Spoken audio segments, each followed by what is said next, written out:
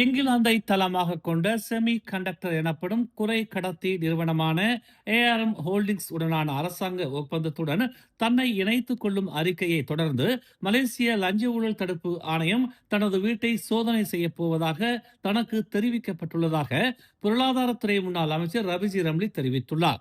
அரசாங்கத்தை விமர்சித்து வரும் ரவிஜி இது போன்ற மிரட்டல் தந்திரங்களால் தாம் கலங்கவில்லை என்று தெரிவித்தார்.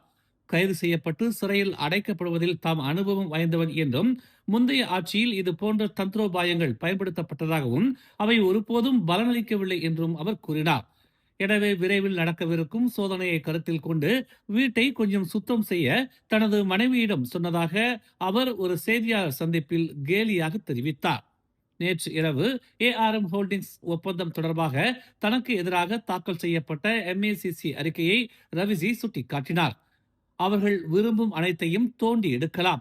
எனக்கு மதிய உணவு அல்லது நினைவு பொருட்கள் கூட கிடைக்கவில்லை. லஞ்சம் ஒருபுறம் இருக்கட்டும், நான் இன்னும் முன்பு போலவே ஏழையாகவே இருக்கிறேன். எனக்கு மில்லியன் கணக்கான பங்குகள் எதுவும் இல்லை என்று அவர் தமது எக்ஸ் பதிவில் பதிவிட்டுள்ளார். மேலும் செய்திகளை தெரிந்து கொள்ள தமிழ் மலர் இணையதளம், தமிழ் மலர் செயலி மற்றும் மலர் டிவி யூடியூப் சேனலை வலம் வாருங்கள். எங்களோடு இணைந்திருக்க மலர் டிவியை பதிவு செய்து கொள்ளுங்கள். உறவுகள் மகிழ்ந்திட விருப்பம் மற்றும் பகிர்வு சேவையை சொடுக்கிடுங்கள்.